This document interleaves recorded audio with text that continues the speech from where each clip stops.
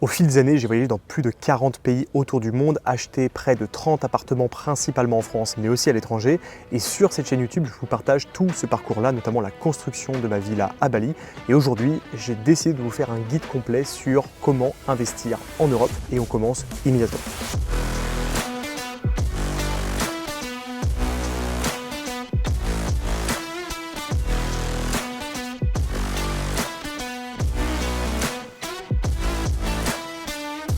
Pour réaliser cette vidéo, je me suis rendu dans différentes destinations partout en Europe, en commençant par la Sicile, par Barcelone, Prague, le Monténégro, l'Albanie, le Kosovo, les Pouilles et Florence. Voilà, toutes ces destinations qu'on va traiter dans cette vidéo et on commence immédiatement.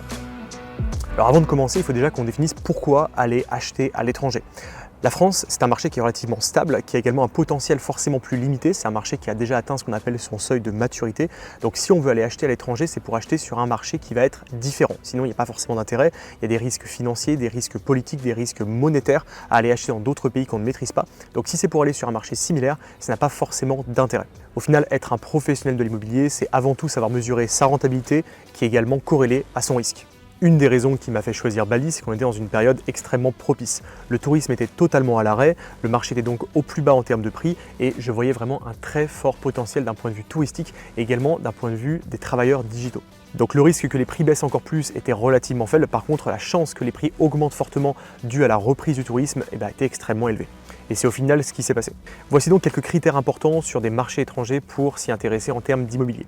Le premier point, c'est l'ouverture au tourisme. Évidemment, le tourisme, c'est ce qui amène un chiffre d'affaires très important dans beaucoup de pays du monde. Et l'avantage, c'est que ça ne dépend pas uniquement de la santé économique du pays, mais de la santé économique du monde de manière générale. Le deuxième point qui est hyper important pour moi, c'est le potentiel pour attirer des travailleurs digitaux. Aujourd'hui, il y a de plus en plus de personnes qui travaillent sur Internet et qui n'ont pas besoin d'être dans un lieu précis pour travailler. C'est d'ailleurs mon cas, c'est ce qui me permet de voyager plus de 6 mois par an. Et c'est une tendance qui est en train d'exploser. On a aujourd'hui 27% des travailleurs américains qui travaillent à distance, donc chez eux ou en voyage. À mon sens, c'est une tendance qui va continuer d'augmenter par le futur et c'est évidemment un point essentiel pour les pays qui sauront attirer ces personnes-là. On est sur des emplois qualifiés, des personnes qui ont des moyens et qui ont envie de vivre dans des pays, on va dire, agréables et qui sont prêts à dépenser de l'argent pour ça. Donc les pays qui sauront attirer ces personnes-là vont connaître une grosse croissance, à mon sens, des prix de l'immobilier dans les années futures. Pour ça, il y a également quelques critères qui sont importants. Il y a la proximité de pays occidentaux. Bali, par exemple, est très proche de l'Australie, qui est un pays très développé. On est également pas très loin des États-Unis, alors tout est relatif, mais par rapport au coût de la vie, c'est un endroit qui est très attractif pour les Américains malgré la distance. Donc on a également la notion de coût de la vie qui est extrêmement importante. Et enfin, le troisième point, c'est le climat. Il faut qu'il y ait un climat qui soit le plus possible agréable tout au long de l'année, donc sans saison, on va dire, comme on a en Europe, à savoir un hiver, un été, un printemps, etc. Des pays asiatiques sont plutôt adaptés puisqu'il fait chaud toute l'année, même s'il y a une saison des pluies. Globalement, la température reste stable en été comme en hiver. Donc pour analyser le marché de Bali, qui serait notre référence pour cette vidéo, on avait un climat qui est justement très agréable, un potentiel d'attraction de travailleurs digitaux qui est extrêmement élevé, un potentiel touristique qui était également très élevé, des prix qui étaient très bas, ça c'est pour les points positifs. Les points négatifs, ils vont concerner les risques liés à ce marché-là, donc on a un risque monétaire, on est sur une monnaie qui est différente du dollar et de l'euro, on est sur la roupie indonésienne, donc c'est un risque évidemment. On a les risques politiques et on a évidemment les risques naturels, puisqu'on est sur une île qui est sujette au séisme, qui est sujette au tremblement de terre et sujette également au tsunami et aux éruptions volcaniques. Alors ça c'est des risques qui sont évidemment assurés dans le cadre de ma villa, on a une assurance qui couvre tout ça, mais c'est également à prendre en compte si vous voulez acheter là-bas. Alors maintenant on commence directement avec l'analyse des pays en Europe. On commence par la Sicile, donc qui est une île italienne. C'est un endroit qui est extrêmement attractif, déjà très développé d'un point de vue touristique. Le point négatif de la Sicile, c'est que son activité économique en dehors du tourisme est relativement faible. On est sur 20% de chômage en moyenne sur l'île. Donc en m'y étant rendu, j'ai analysé différents biens, j'ai analysé le marché, différentes villes, etc. Globalement, ce que j'observe, c'est que le climat est plutôt bon, même s'il y a également un hiver où il fait plutôt froid, mais ça reste assez agréable pour attirer des touristes et attirer des travailleurs digitaux. On a un coût de la vie qui reste maîtrisé, mais par contre, qui reste quand même quasiment aussi élevé qu'en France ou dans les pays occidentaux, donc c'est pas un avantage significatif pour la Sicile. On a une proximité géographique des pays occidentaux, donc on va dire de tous les pays d'Europe de l'Ouest, mais également des États-Unis, ça reste relativement proche. Par contre, dans les points négatifs d'un point de vue immobilier, on a une difficulté à financer puisque ça demande un apport qui est conséquent, entre 40 et 50% d'apport pour pouvoir emprunter dans des banques italiennes en tant que non-résident. On a un potentiel à mon sens de développement qui reste assez moyen au niveau des infrastructures et les prix restent quand même assez conséquents pour vivre au quotidien, ce qui n'est pas forcément attractif pour des travailleurs digitaux. Donc clairement c'est une destination où il fait bon vivre, mais ce n'est pas une destination avec un potentiel qui me semble extrêmement important pour acheter de l'immobilier, que ce soit pour de l'achat-revente ou pour du locatif. La deuxième destination que j'ai étudiée, c'est Prague. Je m'y suis rendu quelques jours après la Sicile. Alors là on est sur un marché qui est totalement différent, on est sur une ville déjà très développée avec des prix au mètre carré déjà très élevés. Le potentiel que je vois sur Prague, c'est qu'il y a déjà beaucoup de travailleurs digitaux qui sont en place. C'est une ville qui est très attractive. Les prix restent quand même beaucoup plus bas que dans les pays occidentaux. On est très accessible depuis l'Europe de l'Ouest, mais également depuis les autres pays développés d'Europe et d'Amérique. Le marché est également assez stable, ce qui est assez sécurisant pour y acheter de l'immobilier et le mettre en location ou alors pour de l'achat-revente. Le point négatif, c'est le prix au mètre carré qui est déjà élevé. On est à 8 600 € en moyenne dans les bons quartiers de Prague en termes de prix au mètre carré, ce qui est très élevé. On est quasiment à des prix similaires à Paris.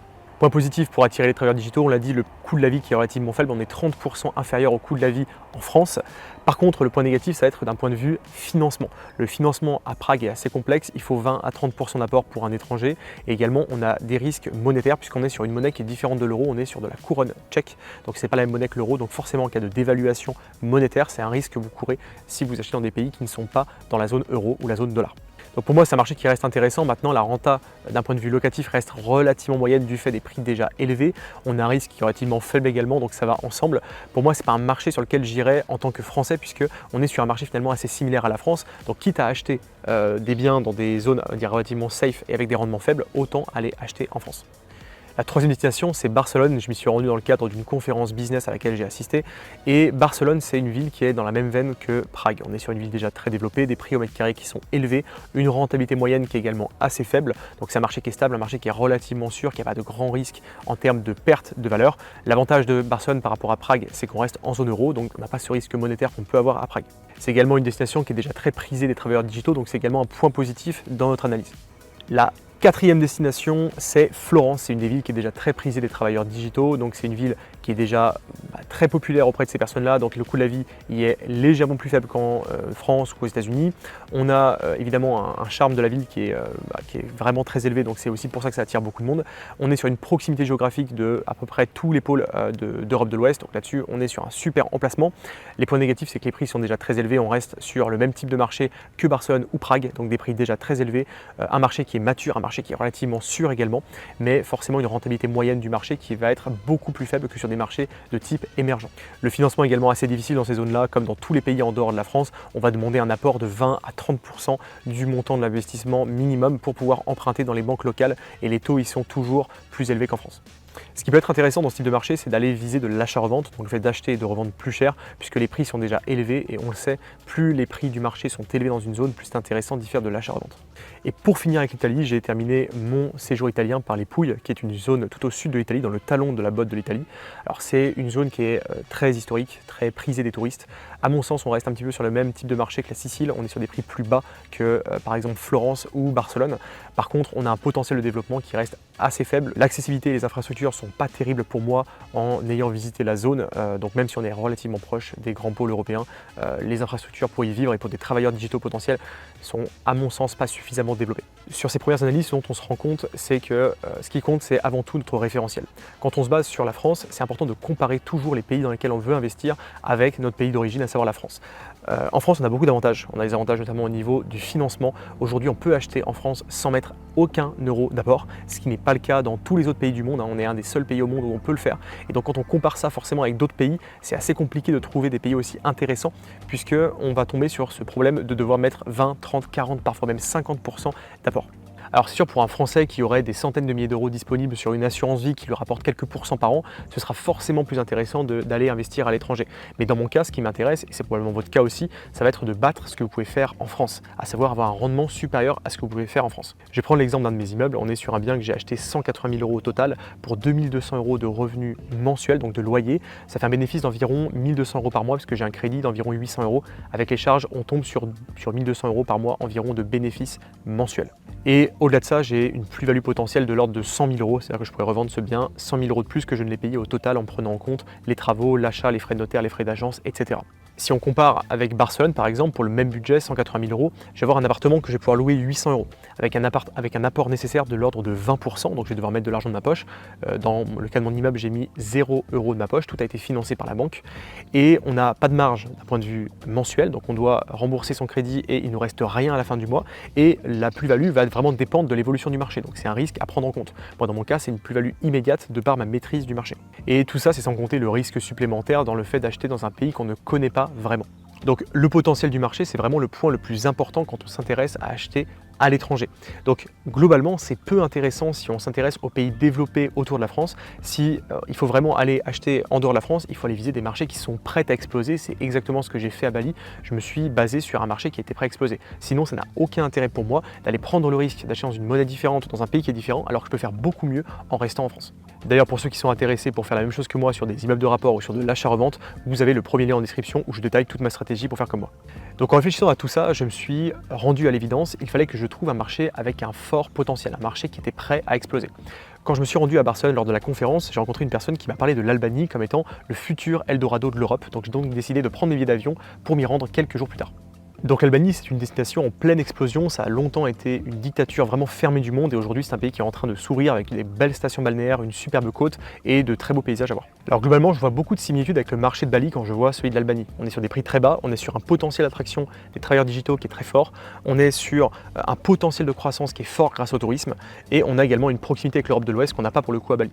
Par contre, on a également les mêmes risques qu'à Bali, donc la difficulté à financer, beaucoup d'apports nécessaires. On va avoir le risque monétaire, le risque politique bien évidemment et le problème qu'on a contrairement à Bali, ça va être le climat puisque l'hiver en Albanie reste assez rude, donc on n'a pas un climat qui est agréable pour toute l'année, ce qui est quand même un point vraiment négatif quand on veut acheter de l'immobilier pour le mettre en location. Alors on y trouve des biens à des très bas prix, là je vous mets l'exemple d'un appartement que j'ai trouvé à 35 000 $ seulement, en plein centre d'une ville très touristique de l'Albanie, donc évidemment ça reste à des prix très attractifs, mais ça va avec les risques que j'ai cités juste avant. Alors globalement, d'un point de vue vraiment personnel, je trouve que l'accueil et la qualité de vie restent quand même bien inférieurs à des marchés comme celui de Bali ou la Thaïlande, donc l'accueil, la population locale, etc. C'est quand même une ambiance qui est très différente de celle de l'Asie. Donc ça, c'est un point qui va aller dans la partie négative pour le pays. Par contre, j'ai pu explorer vraiment des villes intéressantes comme Saranda et Durrës, qui sont des villes avec un fort potentiel de développement touristique et également pour des travailleurs digitaux. J'ai vu des gros projets, notamment des projets de construction d'énormes hôtels, de grandes chaînes d'hôtels. Donc clairement, ça c'est un très bon indicateur. Si de grandes chaînes hôtelières décident de construire de grands hôtels,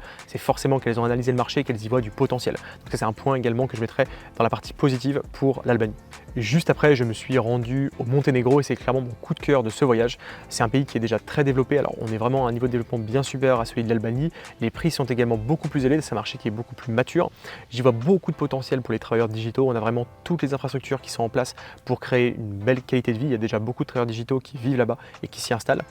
Le seul point, on va dire, vraiment très négatif de ce point de vue-là, c'est le climat également qui reste assez froid en hiver, donc peu attractif toute l'année. On a également l'avantage d'être en zone euro, donc ça c'est un avantage très positif. On a également quelques inconvénients liés au financement, mais ça c'est le cas de tous les pays que j'ai pu visiter, avec 20 à 30% d'apport minimum nécessaire pour pouvoir emprunter dans les banques. On a également un taux d'intérêt qui va être plus élevé bien évidemment qu'en France, donc c'est un point quand même qui est très négatif à ce niveau-là. Globalement, sur l'analyse de marché, c'est un marché qui est safe, potentiellement à mon sens intéressant pour de l'achat-revente puisque les prix sont déjà relativement élevés. On a des zones comme Tivat, comme Kotor qui sont à fort potentiel à mon sens. Par contre, les prix sont déjà élevés, le marché est relativement mature, donc c'est safe. Par contre, ça va avec des rentabilités locatives qui vont être plus basses que dans des pays plus émergents, donc on est loin du potentiel d'exponentialité qu'on peut avoir en Albanie ou dans le pays que je citerai juste après. Et donc la dernière destination qui sort complètement des sentiers battus, c'est le Kosovo, dans lequel je me suis rendu à la fin de ce voyage. Donc c'est un pays qui est en plein boom, en plein développement. Ça a souvent été également refermé de par la guerre qu'il y a eu et les différents successeurs d'un point de vue politique. Et là c'est un pays qui est en plein boom, qui est en train vraiment d'exploser et j'ai été très agréablement surpris par le développement du pays, le nombre de constructions neuves, le nombre de créations, de concepts, de restaurants, etc. qui sont très qualitatifs. Donc j'étais très agréablement surpris par le Kosovo. Donc c'est un pays en plein développement avec un potentiel touristique qui reste assez intéressant. Des prix qui sont évidemment très bas, donc ça c'est vraiment l'avantage. Donc c'est à mon sens un marché qui risque potentiellement d'exploser. Par contre ça va avec des risques, forcément. Qui dit marché à fort potentiel dit également risque, bien évidemment, d'un point de vue développement, donc risque politique, risque également d'un point de vue structurel, puisqu'on est sur un pays qui vient qui a 10 ans de développement, on va dire globalement. Donc il faut bien prendre en compte ça dans le choix de votre lieu d'achat. Et on a également un pays qui est peu propice, à mon sens, aux travailleurs digitaux de par le climat et de par l'emplacement qui reste assez difficile d'accès. Alors à l'inverse du Monténégro, on est sur des prix qui sont relativement bas, mais ça va également avec un certain nombre de risques que je viens de citer d'un point de vue du climat, d'un point de vue également politique et d'un point de vue de l'emplacement.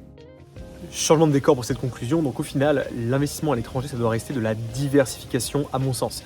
Dans mon cas, avant de commencer à acheter à Bali, j'avais déjà une vingtaine de biens en France et c'est à ce moment-là que je me suis dit ce serait peut-être intéressant de commencer à aller chercher un petit peu à l'étranger. Mais ça doit rester vraiment dans un cadre spécifique. Premièrement, à mon sens, il faut faire du Airbnb, la courte durée, c'est là où tu créeras du rendement à l'étranger, en tout cas plus qu'en France, mais dans un marché avec un très fort potentiel, c'est ce que je fais à Bali, et ça te demande bien sûr d'avoir une régie de location qui est extrêmement fiable sur place. Le deuxième point qui peut être intéressant, c'est si tu vis sur place. Si aujourd'hui tu es expatrié, si aujourd'hui tu es déjà basé, on va dire, à l'étranger, peut-être que ça peut être intéressant et plus simple pour toi de le faire. La troisième raison, ça va être de faire de l'achat-revente. L'achat-revente, c'est plus facilement, on va dire, rentable. Par contre, ça demande également d'être sur place, de maîtriser ton marché et de créer un concept différent. Ça peut bien fonctionner, mais ça demande quand même une certaine précaution. Sinon, au-delà de ça, globalement, investir et acheter en France, c'est toujours plus intéressant, et ce, malgré la fiscalité. Et le point principal, c'est que tu as maîtrisé la langue, tu as maîtrisé la région, tu as maîtrisé les spécificités locales, et aussi tu auras accès à tout ce qui est lié au financement. Et ça, en France, c'est quand même une spécificité qu'on a, c'est la capacité à financer facilement, à 100%, c'est-à-dire sans avoir besoin de mettre d'apport. Ça, à l'étranger, ça n'existe quasiment pas. Par contre, il ne suffit pas d'acheter un appartement et de le mettre en location, ça aujourd'hui, c'est assez compliqué. Il faut utiliser des méthodes qui sont différentes, c'est ce qu'on t'enseigne, nous, de notre côté, dans nos différents contenus, notamment la vidéo qui est en lien en description. On t'enseigne la méthode des immeubles de rapport et la méthode de l'achat-revente. Tout est détaillé pour générer jusqu'à un salaire avec ton premier projet immobilier. Si tu veux en savoir plus, si tu veux avoir accès à la stratégie, c'est le premier lien en description, c'est gratuit, ça dure une trentaine de minutes. Je te laisse cliquer sur le lien et on se retrouve dans la vidéo.